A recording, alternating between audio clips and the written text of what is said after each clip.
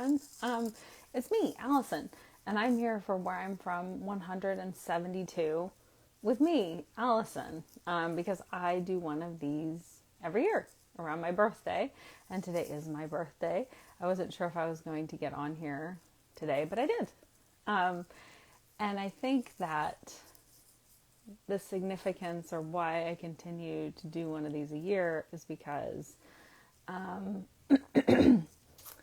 it's good for me to have the experience of being the one writing the poem because it's vulnerable. And over the course of the year, I hold space for that and I listen to these poems and I love them and I'm very grateful for the place that they have in my life. But I think I forget a little how vulnerable it is to show up and share a poem here. And when I sat down to write my poem this year, it's been a tough January for everyone, particularly for those of us in Los Angeles, but it's been better for me than many, many people in Los Angeles. And I didn't really feel like doing it, but I thought, okay, I'm going to try. I'm just going to try. And I had said here many times that I was going to try to write a positive one this year, like a more upbeat one. And so I tried to do that too. And so anyway, I'm glad I did it. Thank you to everyone who's joined me for the past 171 poems and many more to come. All right, so here's my 2025 version.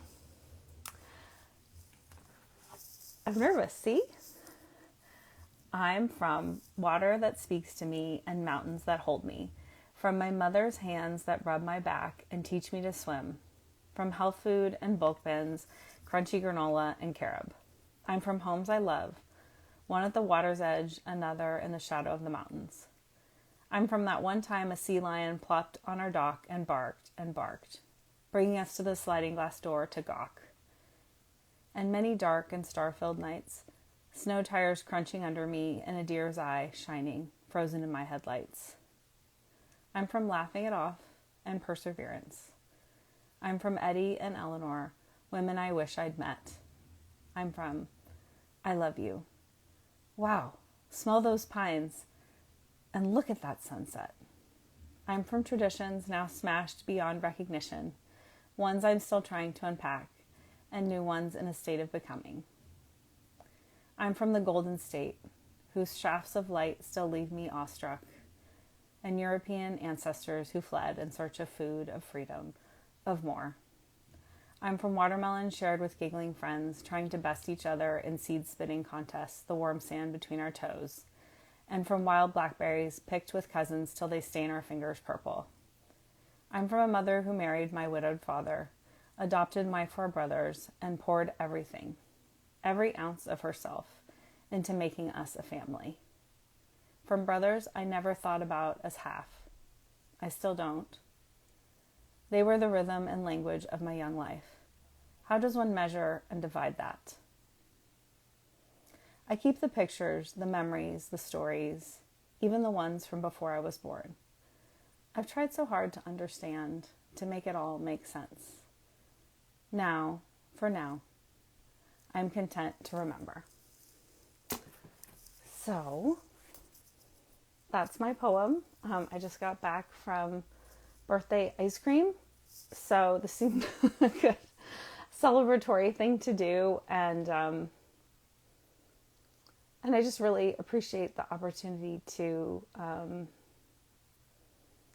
celebrate our words and our stories. I started this series during COVID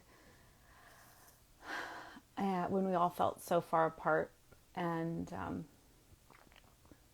I was looking for ways to have more community in my life, and this has done that for me. I feel like everyone who's come here and shared a poem, I feel like they're a friend, and I feel like they are a part of my community, and I know for me and for so many of us, community is how we'll continue to live each day and find a way to get out of bed in the morning. It's for each other, the way we all matter to each other and hold each other up and shine a way forward. And so I'm grateful that I have this space. And for anyone who watches this, who wants to share a poem with me, I say it.